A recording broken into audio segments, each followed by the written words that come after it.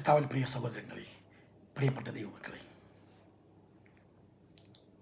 കർത്താവായ യേശു ക്രിസ്തുവിൻ്റെ അതിശ്രേഷ്ഠമായ നാമത്തിൽ പ്രിയപ്പെട്ട എല്ലാ ദൈവമക്കൾക്കും എൻ്റെ സ്നേഹവന്ദനങ്ങൾ അറിയിക്കുന്നു. ദൈവത്തിൻ്റെ പരിശുദ്ധാത്മാ വചനവുമായി നമുക്കൊരു വചനം ദൈവത്തിൻ്റെ വചനവുമായി നമുക്ക് പങ്കുവെക്കാം.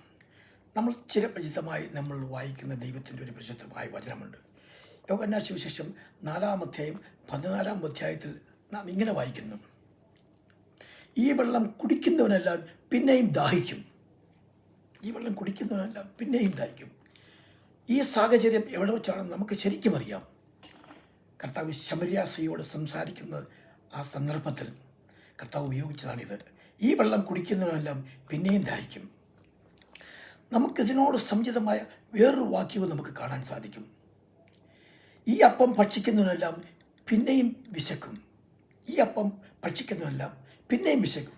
കർത്താവ് തിബരിയാസ് കടപ്പുറത്ത് വെച്ച്, കർത്താവ് ഗലീലിയ കടപ്പുറത്ത് വെച്ച് 5 അപ്പവും 2 മീനും കൊണ്ട് 5000 പേരെ തിന്നിട്ടും, 5000 പേരല്ല, ഏതാണ്ട് 20,000 ആൾക്കാരോളുമുണ്ട്, അവരെ തിന്ന് തൃപ്തരാക്കിയ ശേഷം കർത്താവ് മലമുകളിലേക്ക് പ്രാർത്ഥിക്കാൻ കടന്നുപോയി. തൻ്റെ ശിഷ്യന്മാർ മറുകളിലേക്ക് കടന്നുപോയി. കർത്താവ് പ്രാർത്ഥിക്കാൻ വേണ്ടി പോയി.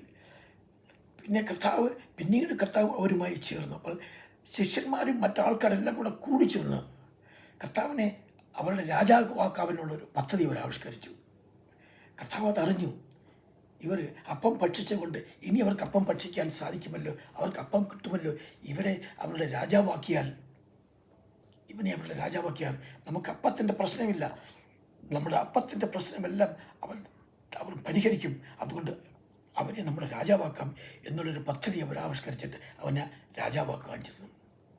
അപ്പോൾ കർത്താവ് അവരോട് പറയുന്നത്: ഈ അപ്പം ഭക്ഷിക്കുന്നവരെല്ലാം പിന്നെയും വിശക്കും.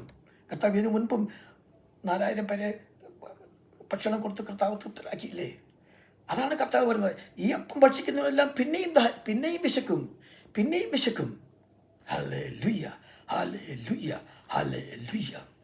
ഇതിനോട് സമമായി നമുക്കിനിയൊരു പഴയ നിയമത്തിൽ നമുക്കൊരു വചനം നമുക്ക് കേൾക്കാൻ സാധിക്കും. ഈ പാപപരിഹാര ബലിക്കായി മൃഗവുമായി മഹാപുരുഷത്തിൻ്റെ അടുത്തേക്ക് വരുന്ന ഓരോ വ്യക്തിക്കും ഈ പാപത്തെക്കുറിച്ച് പിന്നെയും ബോധമുണ്ടാകും. പിന്നെയും അവന് ബോധമുണ്ടാകും. ഈ അപ്പത്തെക്കുറിച്ചുള്ള, ഈ പാപത്തെക്കുറിച്ചുള്ള ബോധം പിന്നെയും അവന് വേട്ടയാടാൻ തുടങ്ങും. അതായത് സമാഗമന പർവ്വത്തിന് സമാഗമന കൂടാരത്തിന് പുറത്തിരിക്കുന്നതായ ബലിപീഠത്തിൽ എപ്പോഴും ഇങ്ങനെ തീ കത്തിക്കൊണ്ടേയിരിക്കും. ധൂമകൂടം ഇങ്ങനെ കൊണ്ടുവരിക്കും. കാരണം പാപപരിഹാര ബലി അർപ്പിക്കുന്നതിന് ഓരോ മനുഷ്യനും വന്നുകൊണ്ടേയിരിക്കും. അവരുടെ പാപത്തെക്കുറിച്ചുള്ള ബോധം വരും. ചെയ്യുന്നവൻ പിന്നെയും വരും. അങ്ങനെ സമാഗമന കൂടാരത്തിന് പുറത്തിരിക്കുന്ന ഈ പാപപരിഹാര ബലിപീഠം എപ്പോഴും കത്തിക്കൊണ്ടേയിരിക്കും. എന്തുകൊണ്ടാണ്? അവർക്ക് പാപത്തിൻ്റെതായ ഓർമ്മയുണ്ട്. നമ്മുടെ കർത്താവായ ദൈവത്തിൻ്റെ പരിശുദ്ധമായ വചനം കാര്യം ദൈവത്തിൻ്റെ എബ്രായ ലേഖനത്തിൽ ആ പ്രക്രിയയെക്കുറിച്ച് വളരെ വ്യക്തമായിട്ട് പറയുന്നുണ്ട്. വളരെ വ്യക്തമായിട്ട്. Hallelujah, hallelujah, hallelujah. എബ്രായ ലേഖനം 9-ാം അധ്യായം 13-ാം അധ്യായം നിങ്ങൾ വായിച്ചു നോക്കും. ആട്ടുകുറ്റന്മാരുടെയും കാളകളുടെയും രക്തവും മലിനപ്പെട്ടവരുടെ മേൽ തളിക്കുന്ന പശുഭസ്മവും ജഡികശുദ്ധി വരുത്തുന്നു എങ്കിൽ, അതിൽ ജഡികശുദ്ധിയാണ് വരുത്തുന്നതെങ്കിൽ നിത്യാത്മാവിനാൽ ദൈവത്തിന് തന്നെത്താൻ നിഷ്കളങ്കനായി അർപ്പിച്ച ക്രിസ്തുവിൻ്റെ രക്തം ജീവനുള്ള ദൈവത്തെ ആരാധിപ്പാൻ നിങ്ങളുടെ മനസ്സാക്ഷിയെ നിർജീവ പ്രവൃത്തികളെ പോക്കി എത്രയധികം ശുദ്ധീകരിക്കും. കാര്യം ഈ പ്രവൃത്തികൾ നിർജീവ പ്രവൃത്തികളാണെന്നാണ് ലേഖനോടെ എബ്രായ ലേഖനത്തിൽ പറയുന്നത്. കാര്യം നമ്മുടെ പാപത്തെക്കുറിച്ച് നമുക്കെപ്പോഴും ഇങ്ങനെ ബോധമുണ്ടെങ്കിൽ നമ്മുടെ ദൈനംദിന ജീവിതത്തിൽ നമ്മൾ ചെയ്യുന്നതും ഇതിൽ നിന്ന് വ്യത്യസ്തമായൊരു രീതിയല്ല നമ്മൾ അവലംബിക്കുന്നത്. നമ്മുടെ പാപത്തിൽ നമ്മൾ പള്ളിയിൽ പോകുന്നു, പ്രാർത്ഥിക്കുന്നു, ദൈവകാര്യങ്ങൾക്ക് വേണ്ടി പ്രത്യേകമായ കാര്യങ്ങൾ ചെയ്യുന്നു. പുരോഹിതനോട് പറയാൻ പറ്റിയ പാപങ്ങൾ പുരോഹിതനുമായി പങ്കുവെക്കുന്നു. ഇത് തുടർന്നുകൊണ്ടേയിരിക്കുന്നു. ഇതിൽ നിന്ന് മോചിക്കാൻ വേണ്ടി, ഇതിൽ നിന്നുള്ള മോചനത്തെക്കുറിച്ചും ഈ പ്രവൃത്തിയെക്കുറിച്ചുമാണ് എബ്രായ ലേഖനത്തിൽ ഇപ്പോൾ ഞാൻ വായിച്ചിരിക്കുന്നത്. ഈ കാര്യം മൃഗങ്ങളുടെ രക്തം കൊണ്ട് അതിനെ ശുദ്ധീകരിക്കാൻ കഴിയുന്നതല്ല. എന്നാലും അവരത് ചെയ്യുന്നതാണ്. തൽക്കാലം ഒരു പാപശാന്തിക്ക് അവർ ചെയ്യുന്നുള്ളവരും ഇല്ല. കർത്താവ് അവർ പറയുന്നു, എത്ര നാൾ നമുക്ക് ഇതിങ്ങനെ ചെയ്യാൻ സാധിക്കും? എത്ര നാൾ നമ്മളിങ്ങനെ തുടരും ഈ പ്രക്രിയയെല്ലാം? എത്ര നാൾ നമ്മളിങ്ങനെ ജീവിക്കും? Hallelujah, hallelujah, hallelujah. ഇങ്ങനെ പാപത്തിൽ തുടരുന്ന ദൈവത്തോട്, ഇങ്ങനെ പാപത്തിൽ തുടരുന്ന മനസ്സിനോട് ദൈവം അരുളി ചെയ്യുന്നു, ഉറങ്ങുന്നവനെ ഉണർന്ന് മരിച്ചവരുടെ ഇടയിൽ നിന്ന് എഴുന്നേൽക്കുക, എന്നാൽ ക്രിസ്തു നിന്റെ മേൽ പ്രകാശിക്കും. ഉണരുക, മരിച്ചവരുടെ ഇടയിൽ നിന്നും എഴുന്നേൽക്കുകയാണ്. ഉറങ്ങുന്നവനെ ഉണർന്ന മരിച്ചവടയിൽ നിന്നും എഴുന്നേൽക്കുക, എന്നാൽ ക്രിസ്തു നിന്റെ മേൽ പ്രകാശിക്കും. ഉണരുക, ഉണർന്ന് പ്രവർത്തിക്കുക. നമുക്ക് ഈ പ്രകാശത്തിൽ, ഈ ദൈവത്തിൻ്റെ, അതായത് ഉറങ്ങുന്നവനെയും ഉണർന്നവനെയും നമുക്ക് ദൈവത്തിൻ്റെ സുവിശേഷത്തിൽ, കർത്താവിൻ്റെ സുവിശേഷത്തിൽ നമുക്ക് രണ്ട് സ്ഥലത്ത് കാണാൻ സാധിക്കും. ഈ ഒരാൾ ഉണർന്ന് എഴുന്നേറ്റവനാണ്, ഒരാൾ പിന്നെയും ഉറങ്ങുന്നവനാണ്. ആ രണ്ട് വ്യക്തികളെ നമുക്ക് കാണാൻ സാധിക്കും പരിശുദ്ധ സുവിശേഷത്തിൽ. മത്തായിയുടെ സുവിശേഷത്തിൽ, 8-ാം അധ്യായം 20-ാം വാക്യത്തിലും ലൂക്കോസിൻ്റെ സുവിശേഷത്തിലും ഇത് പ്രത്യേകം. രണ്ട് വ്യക്തികൾ കർത്താവിനെ കാണാൻ വന്നു. രണ്ട് വ്യക്തികൾ കർത്താവിനെ കാണാൻ വരുന്ന സംഭവത്തെക്കുറിച്ചാണ് ഞാൻ പറയുന്നത്. കർത്താവ് തൻ്റെ പരിശുദ്ധ ശുശ്രൂഷ സമയങ്ങളിൽ മറ്റുള്ളവരോട് സംസാരിക്കുകയും രോഗികളെ സൗഖ്യമാക്കും. ആ സമയത്ത് ഒരു ശാസ്ത്രി വന്ന് കർത്താവിൻ്റെ അടുത്ത് വന്നൊരു ശാസ്ത്രി വന്ന് കർത്താവിനോട് പറയുവാണ്, കർത്താവേ, നിന്നെ ഞാൻ പിന്തുടരാം, നീ എവിടെ പോയാലും ഞാൻ നിന്നെ പിന്തുടരാമെന്ന് പറഞ്ഞു. ശാസ്ത്രി എന്നിട്ട് അങ്ങനെ പറഞ്ഞ്, എവിടെ പോയി നിന്നെ പിന്തുടരാമെന്ന് പറഞ്ഞ് ശാസ്ത്രി ഇങ്ങനെ. കാര്യം ഈ ശാസ്ത്രിമാരും പുരോഹിതന്മാരും പരീശന്മാരും ഇവരുടെയൊക്കെ വസ്ത്രധാരണം കൊണ്ട് നമുക്കവരെ മനസ്സിലാക്കാൻ സാധിക്കും. ഇപ്പം ശമര്യക്കാരി സ്ത്രീ മനസ്സിലാക്കി അവനൊരു യഹൂദനാണെന്ന് മനസ്സിലാക്കിങ്ങനെ അവരുടെ വസ്ത്രധാരണ രീതികളും കൊണ്ടാണ് അവൻ മനസ്സിലാക്കി. ഇതുപോലെ ഈ ശാസ്ത്രിയുടെ വസ്ത്രധാരണമുണ്ട്. ആ വസ്ത്രധാരണം കൊണ്ട് ഇവൻ ശാസ്ത്രിയാണ്, ഇവൻ പരീശനാണ് എന്ന് ആൾക്കാർക്ക് തീർച്ചയായിട്ടും മനസ്സിലാക്കാം. അതുകൊണ്ടാണ് ആ ശാസ്ത്രി എന്തിനാ കർത്താവിൻ്റെ അടുത്ത് വന്ന് ഞാൻ തന്നെ അനുഗമിക്കാമെന്ന് പറഞ്ഞത്? ഞാനൊരു ശാസ്ത്രിയാണ്, ഞാനൊരു കേമനാണ്, അത് ദൈവത്തിൻ്റെ വചനത്തെക്കുറിച്ചൊക്കെ എനിക്ക് അറിയാവുന്നൊരു വ്യക്തി. ആ മനുഷ്യനും നിൻ്റെ കൂടെ വന്നു കഴിഞ്ഞാൽ നിനക്കൊരു അഭിമാനമാകുമല്ലോ, നിനക്കൊരു ഗമയുണ്ട്. നമ്മളൊക്കെ ഈ ചില ഫംഗ്ഷനൊക്കെ നടത്താൻ അതിന് കുഴപ്പമുണ്ടാകാൻ വേണ്ടി ചില പ്രത്യേക ആൾക്കാരെയും പ്രത്യേകിച്ച് പരിപാടികളൊക്കെ നമ്മൾ സംഭവിക്കും. അതിനുവേണ്ടി ഞാനും കൂടെ നിൻ്റെ കൂടെ വന്നു കഴിഞ്ഞാൽ നിനക്കതൊരു നല്ലതായിരിക്കും, ഉത്തമമായിരിക്കും എന്നുള്ള ഉദ്ദേശത്തോടു കൂടി ആയിരിക്കുമോ ഈ ശാസ്ത്രി എങ്ങനെ പറഞ്ഞത്? അല്ലെങ്കിൽ ഞാനും കൂടി നീ എവിടെ പോയാലും ഞാൻ നിന്നെ പിന്തുടരാമെന്ന് പറയുന്നത്? അല്ലെങ്കിൽ ശാസ്ത്രിയാണെങ്കിൽ ഇവൻ ജീവനുള്ള ദൈവത്തിൻ്റെ പുത്രനാണെന്ന് എന്നുള്ള ഈ ബോധം അവനുണ്ടെങ്കിൽ അവൻ എങ്ങനെയാണ് സംസാരിക്കേണ്ടത്? കർത്താവേ, ഞാനും കൂടെ നിൻ്റെ വരാം, നീ എന്നെ അനുവദിക്കൂ. ആ ഗന്നേസരെ കടപ്പുറത്ത് വെച്ച് സൗഖ്യമായ ഭൂതം ഏതാണ്ട് 2000 ഭൂതം ബാധിച്ച് ആ വ്യക്തിയെ കർത്താവ് സൗഖ്യമാക്കിയ ആ വ്യക്തി, ആ ലഗിയോൻ എന്ന വ്യക്തി കർത്താവിനോട് ചോദിച്ചെന്നാണ്, കർത്താവേ, ഞാനും കൂടെ നിൻ്റെ ഇവിടെ വരട്ടെ എന്നല്ലേ ചോദിച്ചത്? അതുപോലെയാണ് ഈ ശാസ്ത്രി ചോദിക്കുന്നത്, നീ എവിടെ പോയാലും ഞാൻ നിന്നെ പിന്തുടരാം. കർത്താവിന് ഏതാണ്ട് കുറവ് നികത്താൻ വേണ്ടി തന്നെ വരുന്നത്. ഒരിക്കലും അതല്ല. കർത്താവ് മനുഷ്യനോട് എന്താ പറഞ്ഞു? പക്ഷികൾക്ക് ആകാശമുണ്ട്, കുറുനരികൾക്ക് കൂടുണ്ട്, മനുഷ്യപുത്രന് തലചായ്ക്കാൻ ഇടമില്ല, മനുഷ്യപുത്ര ചിലയാക്കാൻ ഇടമില്ല. അതെന്ന് പറഞ്ഞാൽ കർത്താവിനാണ് അവനോട് അങ്ങനെ പറഞ്ഞത്. നിൻ്റെ ഹൃദയത്തിൽ എനിക്കിടമില്ല, അതുകൊണ്ട് നീ വരണ്ട എന്നല്ല കർത്താവ് പറഞ്ഞു. നിൻ്റെ ഹൃദയത്തിൽ എനിക്കിടമില്ല. കർത്താവ് ഇതുപോലെ പത്രോസിനോട് പറഞ്ഞു. അന്ത്യശുശ്രൂഷ സമയത്ത് അന്ത്യത്താഴത്തിൻ്റെ ആ സമയത്ത് കർത്താവ് പത്രോസിനോട് പറഞ്ഞല്ലേ, പത്രോസ്, നിന്റെ പാദം ഞാൻ കഴുകിയിരുന്നാൽ നിനക്കെന്നോട് പങ്കില്ലേ? കർത്താവ് നിനക്കെന്തോട് പങ്കില്ല എന്നാണ് കർത്താവ് പറയേണ്ടത്. കർത്താവ് പറയേണ്ടത് എനിക്കിതിനോട് ഒരു പങ്കുമില്ല എന്നല്ലേ പറയേണ്ടത്. കർത്താവ് പറഞ്ഞു എന്തോ നിനക്കെന്നോട് പങ്കില്ല എന്ന് പറയും. ഇങ്ങനെ ചില ഭാര്യമാരും ഭർത്താക്കൻ പറ്റില്ലേ, നിങ്ങൾക്ക് എന്നോട് ഒരു സ്നേഹവും ഇല്ല. ചിലപ്പോൾ പറയത്തില്ലേ, ഭാര്യ പറയും, ഭർത്താവ് പറയും, നിങ്ങൾക്ക് എന്നോട് ഒരു സ്നേഹമില്ല. സന്തോഷത്തോടും സമാധാനത്തോടും പരസ്പര വിശ്വാസത്തോടും സ്നേഹത്തോടും കഴിയുന്ന ആ ഭാര്യ ഭർത്താവ് ഒരുത്തം പറയുക, നിങ്ങൾക്ക് എന്നോട് ഒരു സ്നേഹവുമില്ല, നിനക്ക് എന്നോട് ഒരു സ്നേഹമില്ല. അത് അവരുടെ സ്നേഹത്തിന് അവരുടെ ആഴമായ സ്നേഹത്തെക്കുറിച്ചിട്ടുള്ള പോയിൻ്റ് ചെയ്യുമാണ്. അത് അവർക്ക് സഹിക്കാൻ പറ്റുകയില്ല. അപ്പോൾ പത്രോസ് എന്തുകൊണ്ട് പറഞ്ഞു, കർത്താവേ, എൻ്റെ പാദങ്ങൾ മാത്രമല്ല എൻ്റെ തലയും കൈയും കൂടെ നീ കഴുകും എന്നാണ് അവൻ പറഞ്ഞത്. കാര്യം നിന്നോട് എനിക്ക് സ്നേഹമില്ല, എനിക്ക് നിന്നോട് സ്നേഹമില്ല എന്ന് നീ പറയുന്നത് എനിക്ക് സഹിക്കുന്നതിലും അപ്പുറമാണ് എന്നാണ് പത്രോസ് പറഞ്ഞത്. അതാണ് നമുക്ക് കാണാൻ സാധിക്കുന്നത്. പക്ഷേ മറ്റൊരു വ്യക്തി കർത്താവിൻ്റെ അടുത്തേക്ക് വന്ന് പറഞ്ഞു, ഈ ഒരു വ്യക്തി കർത്താവിൻ്റെ അടുത്തേക്ക് ഞാൻ നിന്നെ പിന്തുടരാമെന്ന് പറഞ്ഞു.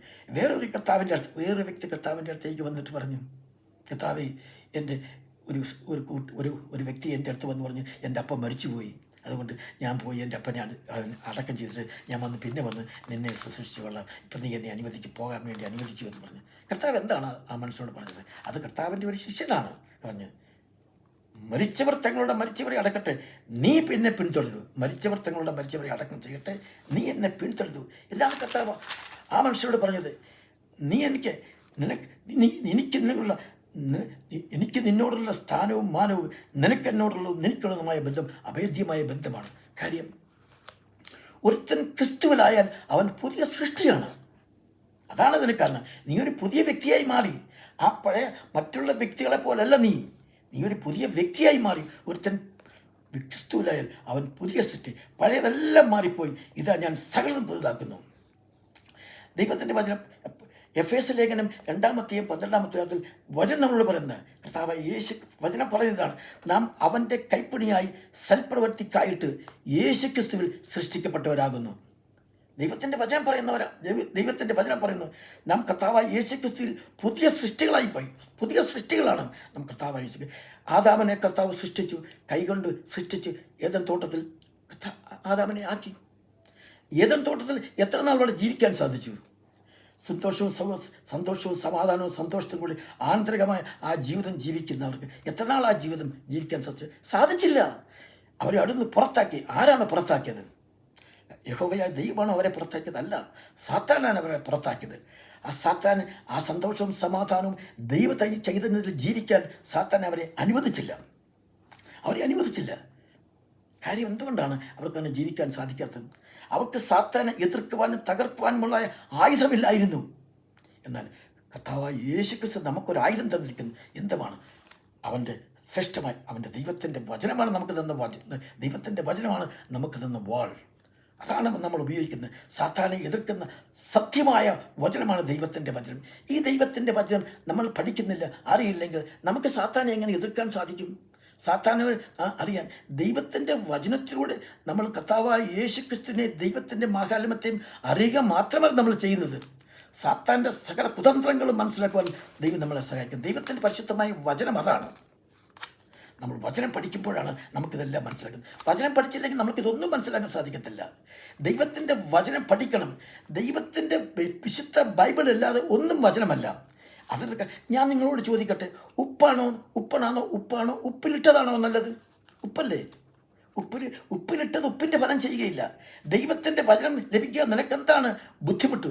ദൈവത്തിൻ്റെ വചനം നിൻ്റെ കയ്യിലുണ്ടല്ലോ, അത് വായിച്ച് നീ ശക്തി പ്രാപിക്കുക, ബലം പ്രാപിക്കുക. ദൈവത്തെ അതല്ലേ നാം ചെയ്യേണ്ടത്? ദൈവത്തിൻ്റെ സ്നേഹത്തിൽ നമ്മുടെ കർത്താവായ യേശുക്രിസ്തു തൻ്റെ ശിഷ്യന്മാരോട് പറഞ്ഞത് എങ്ങനെയാണ്? നിങ്ങൾ എൻ്റെ സ്നേഹത്തിൽ വസിപ്പിൻ, നിങ്ങൾ എന്നിൽ വസിപ്പിൻ, നിങ്ങൾ എൻ്റെ വചനത്തിൽ വസിപ്പിൻ. കർത്താവ് പറഞ്ഞതാണ്. ഞാൻ സാക്ഷാൽ മുന്തിരിവള്ളി, എൻ്റെ പിതാവ് തോട്ടക്കാരന്. നിങ്ങൾ മുന്തിരിവള്ളിയും ഞാൻ മുന്തിരിവള്ളിയും, നിങ്ങൾ കൊമ്പുകളാണ്. നിങ്ങൾ എന്നിൽ വസിച്ചിട്ടല്ലാതെ നിങ്ങൾക്ക് കർത്താവ് വസിച്ചിട്ടില്ലാതെ നിങ്ങൾ ഫലപ്രദമാക്കാൻ നിങ്ങൾ സാധിക്കുകയില്ല. നിങ്ങൾ കർത്താവിൽ സമർപ്പിക്കുകയും അവൻ്റെ കൈകൾ ഏൽപ്പിക്കുകയും അവരുടെ വചനത്തിൽ വളരുകയും ചെയ്തില്ലെങ്കിൽ നിങ്ങൾക്കൊരു ജീവിതത്തിലെ സന്തോഷവും സമാധാനവും മാത്രമേ നിത്യജീവനെയുമാണ് നിങ്ങൾ പാഴാക്കുന്നത്. അതാണ് നമ്മൾ മനസ്സിലാക്കണം. അതാണ് കർത്താവായ യേശുക്രിസ്തുവിൻ്റെ പ്രത്യേകത. അവൻ്റെ സ്നേഹത്തിൽ വളരുവാനും അവനിൽ വളരുവാനും നമുക്ക് സാധിക്കണം, നമുക്ക് കഴിയണം. ഒരു പക്ഷേ hallelujah hallelujah hallelujah hallelujah hallelujah. ഒരു പക്ഷേ നമ്മുടെ കർത്താവായ യേശുക്രിസ്തുവിൻ്റെ സ്നേഹത്തിൽ നിന്നും നമ്മളെ അകന്ന് ജീവിക്കാൻ നമ്മളെ നിർബന്ധമാക്കുന്ന ഒരു പക്ഷേ നമ്മുടെ പാപത്തിൻ്റെ ബന്ധനമായിരിക്കാം. നമ്മൾ എന്തെങ്കിലും ഒരു പാപത്തിൻ്റെ ബന്ധനത്തിൽ നമ്മൾ ജീവിക്കുവാണെങ്കിൽ നമുക്ക് കർത്താവിനോട് അത്രമാത്രം ഒരു ആത്മാർത്ഥതയോടും വിശുദ്ധിയോടും കൂടെ കർത്താവിനെ സ്നേഹിക്കാൻ. കാര്യം പാപത്തിൻ്റെ ബോധം നമ്മുടെ ഉള്ളിൽ കിടപ്പുണ്ട്. പാപബോധം, പാപത്തിൻ്റെ ചിന്ത, പാപത്തിൻ്റെ അത് സാത്താൻ്റെ കുതന്ത്രമാണ്. നീ പാപത്തെക്കുറിച്ചുള്ള എപ്പോഴും നിന്നെ ബോധ്യപ്പെടുത്തുന്നത് സാത്താൻ്റെ കുതന്ത്രമാണ്. കാര്യം നമുക്ക് വചനം അറിയില്ല. വചനം പഠിക്കാനുള്ള ഒരു വചനം പഠിക്കുവാനും ദൈവത്തിൽ അടുത്ത് ജീവിക്കുവാനും ഒരു സന്മനസ് നീ കാണിക്കുവാണെങ്കിൽ നീ പാപത്തിലാണ് നീ ബന്ധിക്കുന്നത്. കർത്താവ് പറഞ്ഞിട്ടുണ്ട്, അധ്വാനിക്കുന്നവരും ഭാരം ചുമക്കുന്നവരെയും എൻ്റെ അടുക്കിലേക്ക് വരാനാണ് വരുന്നത്. പാപത്തിൻ്റെ ഭാരം ചുമക്കുന്നവരെയാണ് കർത്താവ് വിളിച്ചിരിക്കുന്നത്. നീ പാപമായി നിൻ്റെ കുരിശുമെടുത്തുകൊണ്ട് നീ എൻ്റെ അടുത്തേക്ക്. നമ്മുടെ പാപം നമ്മളെ കർത്താവിൽ നിന്ന് അകറ്റാൻ നീ ഒരിക്കലും അനുവദിക്കരുത്. നീ പാപത്തിലാണ്, നിനക്കൊരു പാപത്തിൻ്റെ ബന്ധനമുണ്ടെങ്കിൽ കർത്താവിൽ നിന്ന് അകന്ന് ജീവിക്കാൻ ഒരിക്കലും ശ്രമിക്കരുത്. ആ കർത്താവിനെ ഉള്ളിൽ നീ വഹിച്ചു കൊള്ളണം. കർത്താവുമായി ഇതംപ്രദമായ ബന്ധം നീ പുലർത്തണം. പാപത്തിൻ്റെ ബന്ധനം നിനക്കുണ്ട്, പാപത്തിൻ്റെ ആക്രമണം നിനക്കുണ്ട്, പാപത്തിൻ്റെ ബോധമുണ്ട്. എന്നിരുന്നാലും നമുക്ക് കർത്താവുമായി ഇതംപ്രദമായി ബന്ധം പുലർത്തലും. ഇവിടെ ഈ ശമരിയാക്കാരി സ്ത്രീ നിങ്ങൾ ശ്രദ്ധിച്ചിട്ടുണ്ടോ? ഈ ശമരിയായിലും യൂദയായിലും അതുപോലെ പ്രദേശങ്ങളിലൊന്നും വേറൊരു വേശ്യകൾ വന്നില്ലേ ഇവിടെ അല്ലാതെ വേറെ ആരുമില്ലേ? നമുക്കറിയാമല്ലോ, കർത്താവ് ഒരു പ്രഭാതത്തിൽ സിനഗോഗിൽ പ്രസംഗിച്ചു കൊണ്ടിരിക്കുമ്പോഴത്തേക്ക് വ്യഭിചാരത്തിൽ പിടിക്കപ്പെട്ടൊരു സ്ത്രീയെ കർത്താവിൻ്റെ അടുത്തേക്ക് കൊണ്ടുവരുന്നില്ലയോ? കർത്താവ് അവർക്ക് ഫലപ്രദമായൊരു ട്രീറ്റ്മെൻറ്റ് കൊടുക്കുന്നില്ലയോ? അത് കഴിഞ്ഞ് കർത്താവ് ശിമോൻ്റെ വീട്ടിൽ, കുഷ്ഠരോഗിയായ ശിമോൻ്റെ വീട്ടിൽ കർത്താവിനെ ഒരു വിരുന്ന് കഴിച്ചപ്പോൾ അവിടെയും ഒരു വേശ്യായ സ്ത്രീ വന്ന് കർത്താവിൻ്റെ പാദങ്ങൾ കഴുകുന്നതും അവൾക്ക് തൻ്റെ പാപത്തിൽ നിന്നുള്ള മോചനം കിട്ടുന്നതുമൊക്കെ നമ്മൾ സുവിശേഷത്തിൽ നമ്മൾ വായിച്ചിട്ടില്ലേ?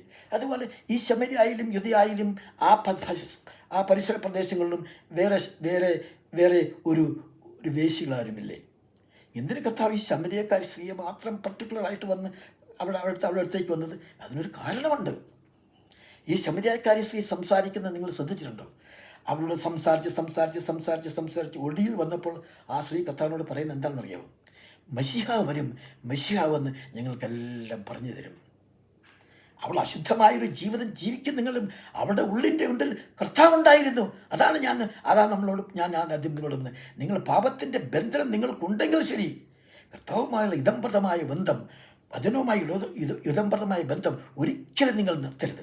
അത് തുടർന്നുകൊണ്ടേയിരിക്കണം. തുടർന്നാൽ കർത്താവ് ദൈവത്തിൻ്റെ വചനം പറയുന്നതാണ്, ഞാൻ വാതിക്കൽ വന്ന് മുട്ടും, ആരെങ്കിലും എൻ്റെ വചനം കേട്ടു കഥക തുറന്നാൽ ഞാൻ അവൻ്റെ കൂടെ അകത്തിയെന്ന് അവൻ്റെ കൂടെ താഴം കഴിക്കുമെന്നുമാണ്. ദൈവം അവനെ തേടി വരും. എങ്ങനെയാണ് ശമരിയ സ്ത്രീയെ കർത്താവ് തേടിയെത്തിയത്? അതുപോലെ കർത്താവ് നിങ്ങളെ തേടി എത്തും. അതിന് യാതൊരു സംശയമില്ല. നമ്മുടെ എത്ര പാവമാണെങ്കിൽ, എത്ര മുറുകെ പറ്റുന്ന പാവം, എത്ര പാവത്തിൻ്റെ ബന്ധത്തിൽ നമ്മൾ കഴിയുന്നുണ്ടെങ്കിലും നമ്മൾ കർത്താവിനെ ആരാധിക്കുവാനും അവൻ്റെ വഴിയിലൂടെ സഞ്ചരിക്കുവാനും. പക്ഷേ ഒരു കാര്യമുണ്ട്, നാം കർത്താവിനെ ആരാധിക്കുമ്പോഴല്ല ഇപ്പം അത് കേവലം അത് ഒരു പ്രഹസനമായിട്ടോ മറ്റുള്ളവരെ കാണിക്കുവാനോ അങ്ങനെ ഒരു പ്രഹസനമായിരിക്കുന്നത്. അങ്ങനെ നിങ്ങൾ ചെയ്തു കാണെങ്കിൽ മറ്റുള്ളവരെ കാണിക്കുവാനും ഞാനും കർത്താവിനെ ആരാധിക്കുന്നു അങ്ങനെ ഒരു ചിന്താഗതി നിങ്ങളുടെ ഹൃദയത്തിലേക്ക് കടന്നു വരരുത്. മറ്റുള്ളവരെ കാണിക്കാൻ നിങ്ങൾക്കറിയാവോ, അത് വിളക്കെടുത്തുകൊണ്ട് പോയി 10 കന്യകമാരുടെ ഉപമ നിങ്ങൾക്കറിയാൻ സാധിക്കുമോ എന്ന്? അതിൽ 5 പേര് യഥാർത്ഥത്തിൽ കർത്താവിനെ സ്നേഹിക്കുന്നവരും യഥാർത്ഥത്തിൽ കർത്താവിനെ വിളിക്കുന്നവരും അവർ ജീവിതം ഒഴിഞ്ഞു വെച്ചവരും അതിനുവേണ്ടി കാത്തിരുന്നവരുമാണ്. പക്ഷേ 5 പേര് അവർ പോകുന്നതുകൊണ്ട് അവരുടെ കൂടെ ഇവരും കൂടി.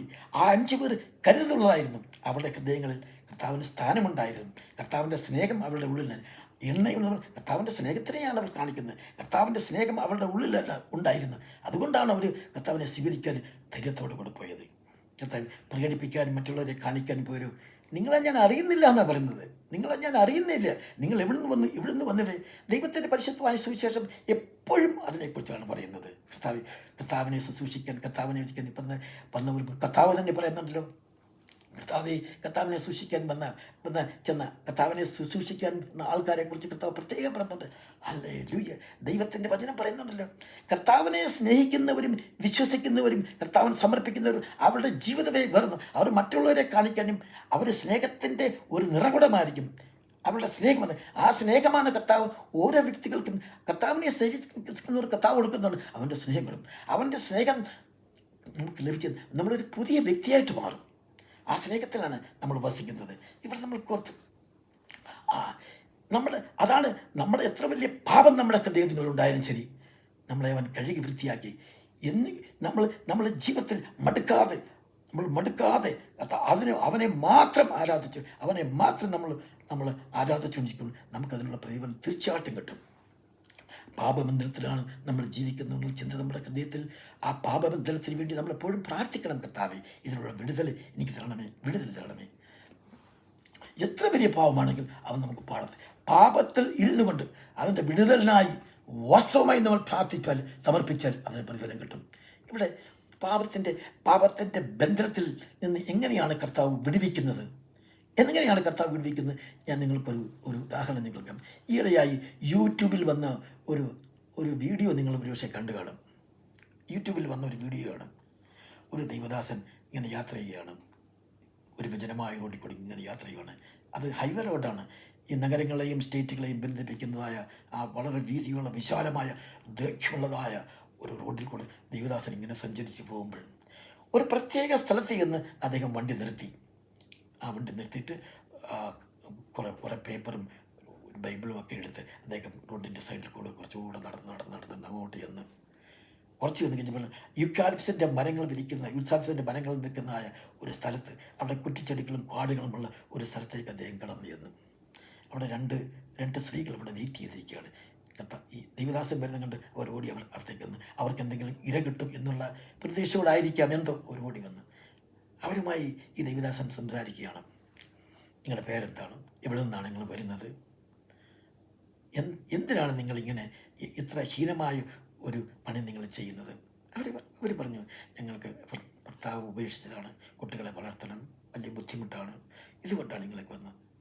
ബുദ്ധിമുട്ടാണെങ്കിലും പ്രയാസമാണെങ്കിലും അതിനുവേണ്ടി ഈ ജോലി എന്തിനാണ് നിങ്ങൾ തിരഞ്ഞെടുത്തത്? ഈ ജോലി എത്ര മാരകമാണെന്ന് നിങ്ങൾക്കറിയുമോ? മഹാരോഗത്തിന് നിങ്ങൾ അടിമയാകും.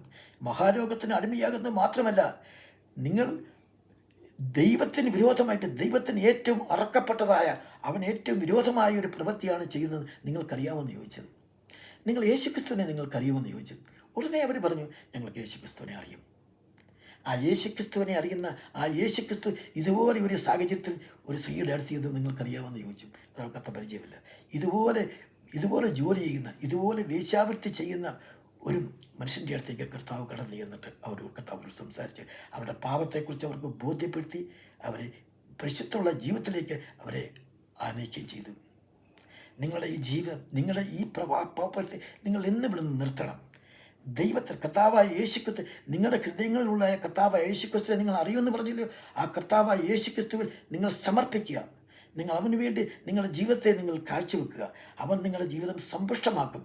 ഉറപ്പുണ്ട്. നിങ്ങൾ ആത്മാർത്ഥതയോടും വിശ്വസ്തതയും കൂടി നിങ്ങൾ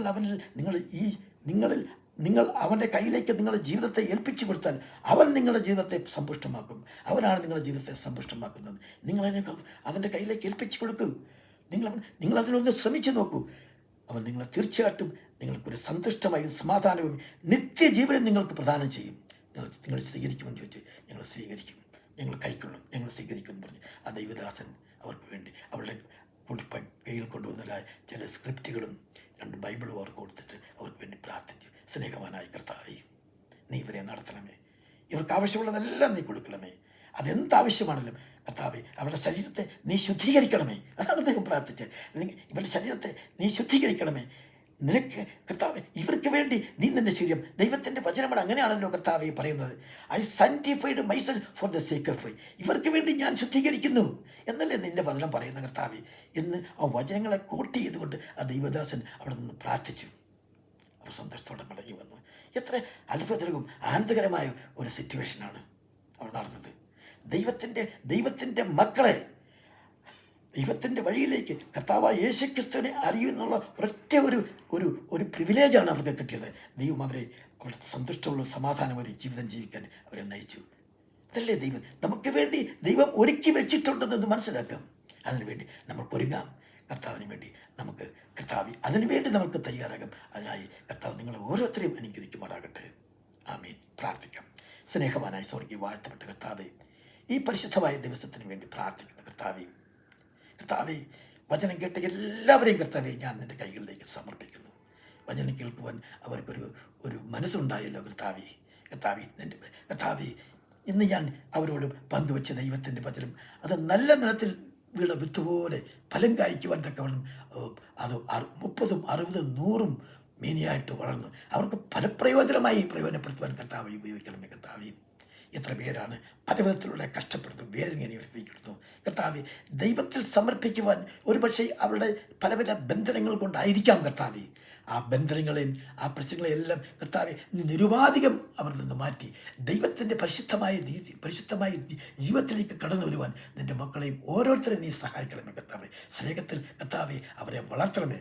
നിൻ്റെ കാവലും തുണയും അവരുടെ മേൽ ഉണ്ടായിരിക്കണമേ. എല്ലാ പ്രതിസന്ധികളും അവരുടെ ജീവിതത്തിൽ നിന്ന് മാറിപ്പോകട്ടെ. കർത്താവായ യേശുക്രിസ്തുവിൻ്റെ അതിപരിശുദ്ധമായ നാമത്തിൽ തന്നെ. ആമേൻ.